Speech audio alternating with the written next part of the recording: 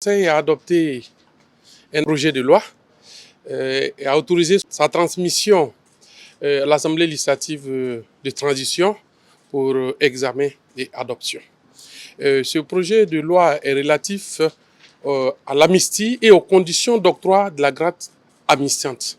Relativement aux faits des 15 et 16 septembre 2015 qui sont relatifs au coup d'État manqué. Donc, dans le cadre de cette affaire, il y a eu un premier jugement par le tribunal militaire, lequel jugement a fait l'objet d'appel. Mais depuis lors, la procédure en appel n'a pas encore connu de suite.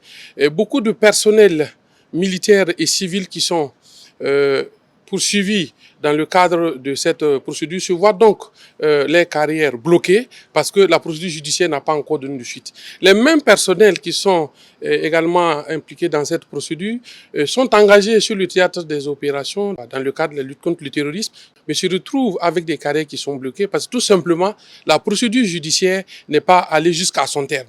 Et ces personnes bénéficient toujours de la présomption d'innocence, mais se voient pénalisées parce que tout simplement la procédure judiciaire n'est pas conduite à son terme. Le contexte particulier que nous vivons, qui est marqué par la lutte contre le terrorisme, laquelle lutte fait appel à l'ensemble des énergies, des intelligences et des forces, il était nécessaire de prendre en compte l'engagement patriotique et le sacrifice qui est consenti par ces personnels-là et de leur offrir l'amnistie et la grâce amnistiante à travers ce projet de loi.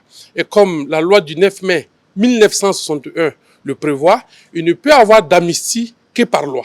Mais dans le cas présent, le projet de loi qui va être adopté va donner lieu à une grâce amnistiante. C'est-à-dire, après l'adoption de la loi, il y aura un décret qui va être pris pour préciser les personnes nommément désignées qui vont bénéficier effectivement de cette grâce amnistiante. Il faut simplement noter les faits. Ce sont les faits des 15 et 16 septembre 2015. Ensuite, il faut faire preuve d'engagement et de patriotisme dans le cadre de la reconquête du territoire. Il faut avoir fait preuve d'un bon comportement en détention.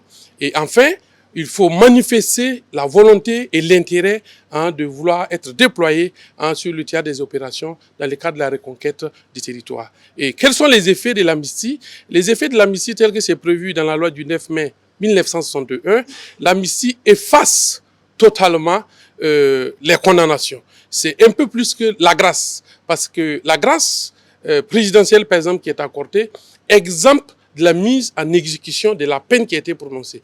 Mais l'amnistie efface totalement la peine, de sorte qu'elle ne peut plus être présentée dans la carrière ni dans le casier judiciaire de l'intéressé. Voilà ce projet de loi qui a été adopté. Le Conseil des ministres a autorisé à ce qu'il soit transmis à l'Assemblée législative de transition pour être adopté incessamment.